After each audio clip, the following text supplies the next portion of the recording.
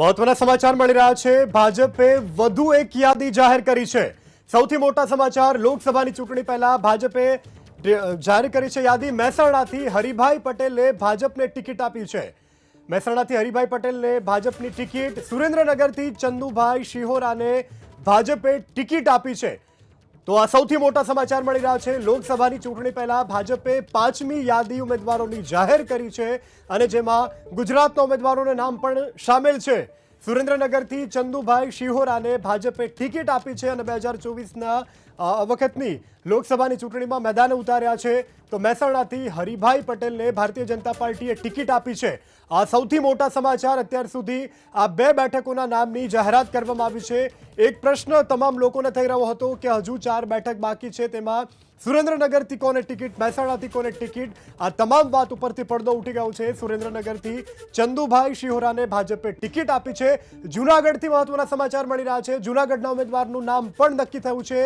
વડોદરાથી હેમાંગભાઈ જોશીને ભાજપે ટિકિટ આપી છે। મહેસાણાથી હરિભાઈ, વડોદરાથી તો સુરેન્દ્રનગરથી ચંદુભાઈ શિહોરાને ભારતીય જનતા પાર્ટીએ ટિકિટ આપી છે। ભાજપે ઉમેદવારોની 5મી યાદી જાહેર કરી છે, જેમાં સુરેન્દ્રનગરથી ચંદુભાઈ શિહોરાને ભાજપે ટિકિટ આપી, મહેસાણાથી હરિભાઈ પટેલને ભારતીય જનતા પાર્ટીએ ટિકિટ આપી છે, જૂનાગઢથી રાજેશ ચુડાસમાને ભાજપે ટિકિટ આપી છે। આ સૌથી મોટા સમાચાર। જે અમરેલીથી ભરતભાઈ સુતરિયાને ભાજપે ટિકિટ આપી। આ 4 બેઠકોના ઉમેદવારના નામ જાહેર કરવાના બાકી હતા। 4 બેઠકના ઉમેદવારોના નામ ભારતીય જનતા પાર્ટીએ જાહેર કરી દીધા છે। વડોદરાથી હેમાંગભાઈ જોશીને ભાજપે ટિકિટ આપી છે। સાબરકાંઠાથી શોભનાબેન બારૈયાને ભાજપે ટિકિટ આપી છે।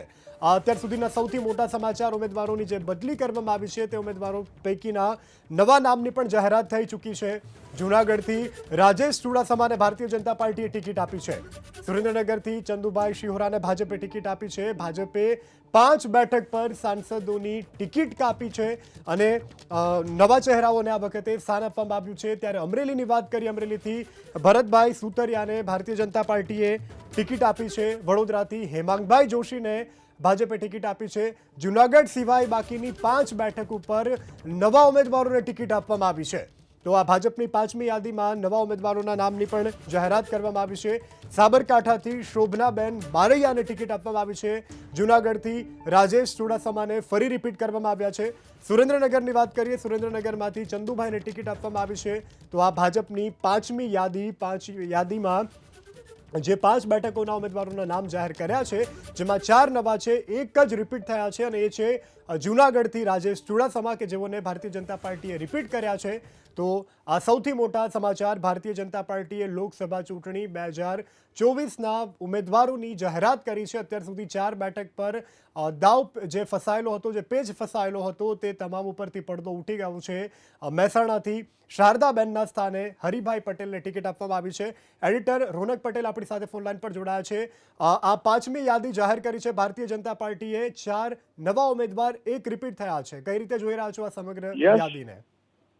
તમામ બેઠકો પરથી હવે સસ્પેન્સ પૂરું થઈ ચૂક્યું છે। મહેસાણાની વાત કરીએ, મહેસાણાની પ્રતિષ્ઠિત બેઠક હતી અને હરિભાઈ પટેલ મૂળતઃ ફાઇન આર્ટના ગ્રેજ્યુએટ છે અને પંચાયત સાથે જોડાયેલા હતા। મહેસાણા જિલ્લા પંચાયત સાથે જોડાયેલા રહ્યા અને હરિભાઈ 84 કડવા પાટીદાર સમાજમાંથી આવે છે। સ્વાભાવિક રીતે જ એ નક્કી હતું કે મહેસાણામાંથી જેને પણ આપશે કડવા પાટીદારને આપશે। આપણને અંદાજો પણ હતો। એબીપી અસ્મિતાના 5 વાગ્યાના સમાચાર, 6 વાગ્યાના સમાચારની અંદર પણ હતું। ચોક્કસથી અમરેલી બેઠક પણ એ પ્રકારે ચર્ચામાં હતું, એટલે ત્યાં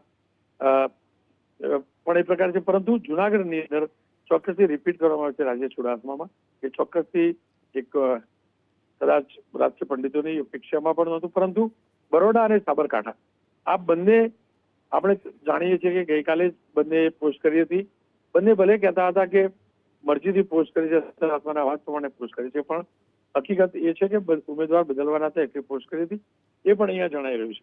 આપણે સાબરકાંઠામાં શોભાબેન મહેન્દ્રસિંહ બારૈયાને, તો સુરેન્દ્રનગરમાં ચંદુભાઈ શિરોઆ, કે જ્યારે ચર્ચામાં ક્યારેય નામ નહોતું આવ્યું। જુનાગઢ રાજેશ ચુડાસમા, અનેક વિવાદોની વચ્ચે પણ રાજેશ ચુડાસમાને રિપીટ કરાયા છે। તો ભરતભાઈ સુતરિયા અમરેલી બેઠક ઘણી અટકળો હતી। ઘણા લોકો એમ પણ કહેતા હતા કે કોઈ મહિલાને આપશે, પરંતુ એ સ્પષ્ટ થઈ ચુક્યું છે કે આખી યાદીમાં માત્ર એક જ મહિલા છે। એનો મતલબ અગાઉ કરતા જે છેલ્લી ચૂંટણી હતી 2019ની ચૂંટણી હતી એના કરતા મહિલાઓનું પ્રતિનિધિત્વ ચોક્કસથી ઓછું છે. પરંતુ જ્ઞાતિવાદી જે સમીકરણ છે એ ચોક્કસથી ધ્યાનમાં લેવામાં આવ્યા છે અને જુનાગઢમાં કોઈ પણ પ્રકારનું પાર્ટીએ નવું રિસ્ક લેવાનું કે નવી કોઈ બબાલ ન થાય એનું ચોક્કસથી ધ્યાન રાખ્યું હોય એવું દેખાઈ રહ્યું છે. હરિભાઈ સાથે મારી સાંજના વાત થઈ હતી એટલે હરિભાઈને પણ અંદેશો ચોક્કસથી હતો. આ જે પણ લોકો છે, જે 6 ઉમેદવાર છે, એમને મને જે જાણકારી છે એ પ્રકારે બપોર બાદ ચોક્કસથી આ જાણકારી આપી દેવામાં આવી હતી અને એ જ પ્રમાણે આ યાદી જાહેર થઈ છે. કુલ મળીને હવે 26 બેઠક ક્લિયર થઈ ચૂકી છે. 26 ભારતીય જનતા પક્ષના ઉમેદવાર ક્લિયર થઈ ચૂક્યા છે. હવે મને નથી લાગતું કે એક પણ ઉમેદવાર બદલાય. આપણે તમામ લોકો અટકળો લગાવતા હતા આણંદની અને બીજી બેઠકની, બનાસકાંઠાની, પણ એવી કોઈ આશંકા, હવે કોઈ શક્યતા હવે નથી દેખાતી. બે ચોક્કસથી મોટા ઉલટફેર થઈ ગયા. પણ ટોટલ 26 યાદીનું વિશ્લેષણ કરીએ તો અગાઉની તુલનામાં મહિલાઓનું એટલું પ્રતિનિધિત્વ નથી દેખાયું. મહેસાણાની બેઠકમાં શારદાબેન કેમ કે પોતે જ અનિચ્છા વ્યક્ત કરી ચૂક્યા હતા, ઉંમર એમની વધુ હતી. આ સંજોગોમાં 84 ના હરિભાઈ ઋષિકેશ પટેલના ઘણા નજીકના સમર્થક ગણાય છે. એટલે સ્વાભાવિક રીતે મહેસાણાની બેઠક ઉપર ઋષિકેશભાઈ લોબી ચોક્કસથી હાવી નજરે પડે છે અને હરિભાઈ નું પરિવાર એટલે કે એમના પત્ની પણ પંચાયત સાથે જોડાયેલા હતા. પણ એ ચોક્કસથી છે કે એક યુવાનને ચાન્સ મહેસાણામાં આપ્યો છે.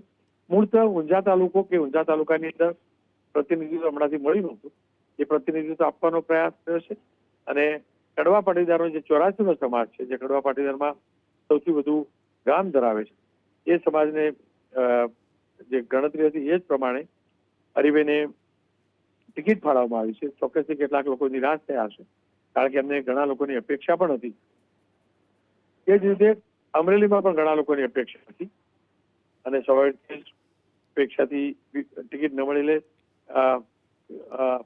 એવું ન હોઈ શકે કે નારાજગી, પરંતુ અપેક્ષા પ્રમાણે એ ચોક્કસથી દુઃખી થયા છે, વ્યથિત થયા છે. પણ એ હકીકત છે કે એક બેઠક ઉપર એક ઉમેદવાર જ ઉતારી શકાય, એટલે બાકીના જેટલા પણ લોકો હોય એ એમના માટે બીજો કોઈ અવકાશ હોતો નથી. પણ એ ચિત્ર ભારતીય જનતા પક્ષ તરફથી સ્પષ્ટ. રાજેશ ચુડાસમા ચોક્કસથી જુનાગઢ માટે એ નામ હોવું, કોઈ પણ રાજકીય પંડિત, હું ફરીથી કહું છું, કોઈ ગમે તે કહેતું હોય, પણ તમામ રાજકીય પંડિતો માટે ચોક્કસથી કદાચ કલ્પના નહોતી કે કોઈએ વિચાર્યું પણ નહોતું કે રાજેશ ચુડાસમાને રિપીટ કરશે. કારણ કે 19માં પણ ત્યારે રિપીટ થયા ત્યારે પણ આશ્ચર્ય થયું હતું. કુલ મળીને જ્યાંથી બેલેન્સ કરવામાં આવી છે સ્પષ્ટ દેખાય છે. મહેસાણા કડવા પાટીદારની બેઠક હતી તો કડવા પાટીદારને આપીશ. ત્યાં આપણે વાત કરીએ કે ઉમેદવાર બદલાયા, ભીખાજી બદલાયા, ત્યાં આગળ ઠાકોર સમાજને પ્રતિનિધિત્વ અપાયું છે અને જુનાગઢ અને સુરેન્દ્રનગર બંનેમાં કોળી સમાજને પ્રતિનિધિત્વ અપાયું છે. હવે સસ્પેન્સ ઓવર થઈ ચૂક્યું છે.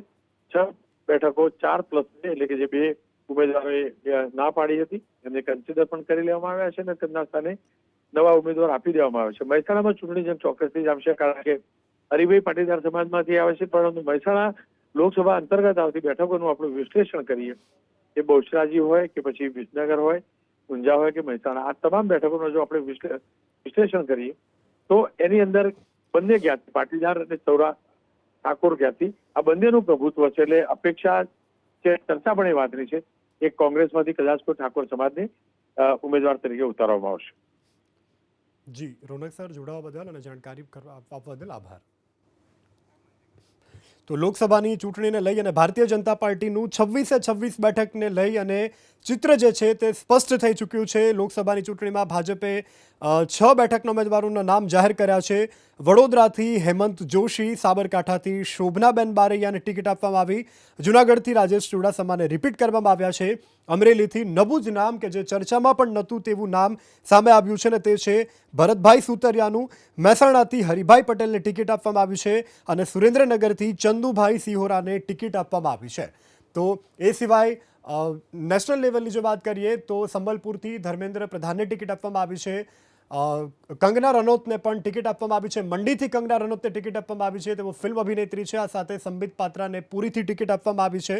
આમ ભારતીય જનતા પાર્ટીએ આજે 5મું લિસ્ટ જાહેર કર્યું છે અને જેમાં જે પૈકી ગુજરાતના 6 બેઠકના ઉમેદવારોના નામ જાહેર કરવામાં આવ્યા છે અને આ જે ભારતીય જનતા પાર્ટીની 26 બેઠકોને લઈ અને જે ઉમેદવારોનું ચિત્ર હતું તે સ્પષ્ટ થઈ ચૂક્યું છે અને આ ગુજરાતની રાજનીતિના અત્યાર સુધીના સૌથી મોટા સમાચાર ભારતીય જનતા પાર્ટીએ આ 5મું લિસ્ટ જાહેર કર્યું છે, જેમાં ગુજરાતની જે બેઠકોના નામ બાકી હતા તે ઉમેદવારોના નામ પણ જાહેર થઈ ચૂક્યા છે.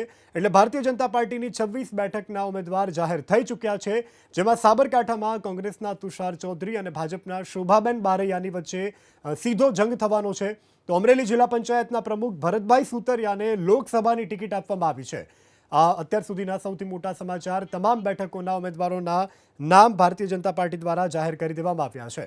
તો નવા ચહેરાઓને પણ આ વખતે તક આપવામાં આવી છે. જૂનાગઢથી જ રાજેશ ચુડાસમાને રિપીટ કરવામાં આવ્યા છે. બાકી તમામ નવા ચહેરાઓ છે અને ભારતીય જનતા પાર્ટી ક્યારથી પ્રચાર અને પ્રસારમાં પણ જોતરાઈ ચૂકી છે.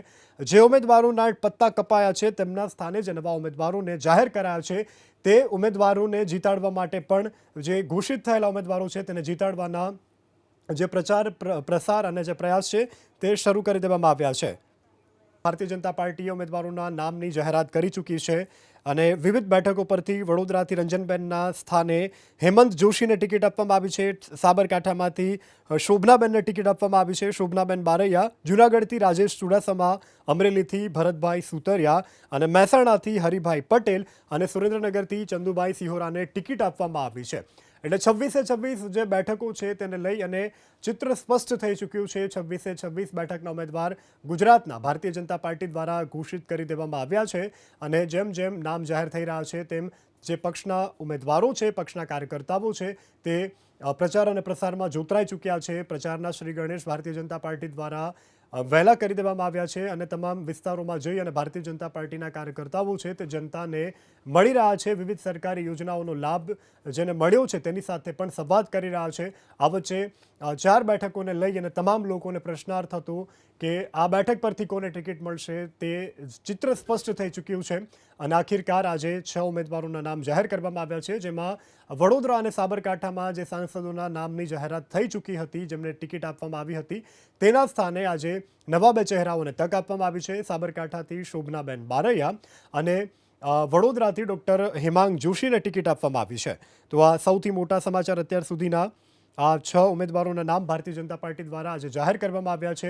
આજ સવારથી જ અટકળો હતી કે ભારતીય જનતા પાર્ટી આજે ગમે ત્યારે 5મા ઉમેદવારોની લિસ્ટની જે જાહેરાત છે તે કરી ચૂકે છે અને વડાપ્રધાન નરેન્દ્ર મોદીની અધ્યક્ષતામાં પક્ષના તમામ મોવડી નેતાઓની અધ્યક્ષતામાં આજે ચર્ચા થઈ બંધ બારણે અને ચર્ચા બાદ મંથન બાદ આ 5મું લિસ્ટ ભારતીય જનતા પાર્ટીનું જાહેર કરવામાં આવ્યું છે.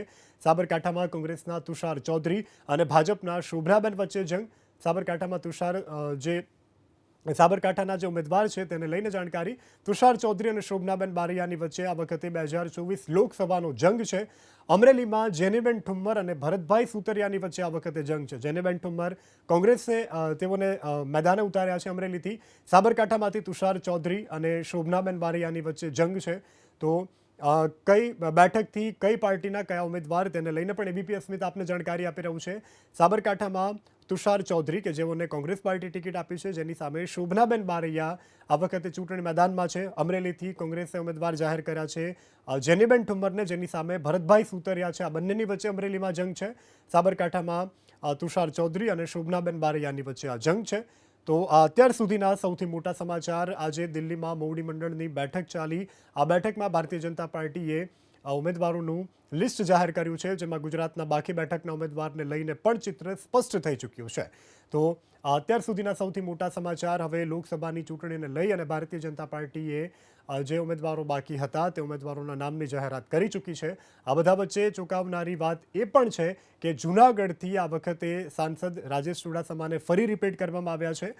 તમામ જે રાજકીય વિશ્લેષકો છે, જે રાજકીય પંડિતો છે, તેમને એવું કહેવું હતું કે જૂનાગઢથી કદાચ કોઈ મહિલા ઉમેદવારને મેદાને ઉતારવામાં આવી શકે છે, પરંતુ આ તમામ અટકળોની વચ્ચે ભારતીય જનતા પાર્ટી કે જે હંમેશા માટે સરપ્રાઇઝ આપે છે, ફરી એક વખત આ સરપ્રાઇઝ સાબિત થઈ છે. જૂનાગઢથી રાજેશ ચુડાસમાને રિપીટ કરવામાં આવ્યા છે. તો ઓડિશાના પુરીથી સંબિત પાત્રાને ટિકિટ આપવામાં આવી છે. ભારતીય જનતા પાર્ટીએ વિવિધ જે બેઠકો છે દેશ અને ગુજરાતની, તે બેઠકો ઉપરથી ઉમેદવારોના નામની જાહેરાત કરી દીધી છે. ઉત્તર પ્રદેશના પીલીભીતથી જીતિન પ્રસાદને ટિકિટ, સુલતાનપુરથી મેનકા ગાંધીને બનાવવામાં આવ્યા છે ઉમેદવાર, દરભંગાથી ગોપાલ ઠાકુરને ભારતીય જનતા પાર્ટીએ ઉમેદવાર બનાવ્યા છે. હિમાચલ પ્રદેશના મંડીથી અભિનેત્રી કંગના રનૌતને ભારતીય જનતા પાર્ટીએ ટિકિટ આપી છે. રામાયણમાં રામની ભૂમિકા ભજવનારા અરુણ ગોવિલને મેરઠથી ટિકિટ આપવામાં આવી છે. તો બોલિવૂડ અભિનેત્રી કંગના રનૌતને હિમાચલના મંડીથી ટિકિટ આપવામાં આવી છે. રામાયણમાં રામની ભૂમિકા ભજવનારા અરુણ ગોવિલને મેરઠથી ટિકિટ આપવામાં આવી છે. અને આ બધા વચ્ચે ગુજરાતની વાત કરી લઈએ તો ગુજરાતમાં ભારતીય જનતા પાર્ટીએ 6 બેઠકના ઉમેદવારોના નામ જાહેર કરી દીધા છે.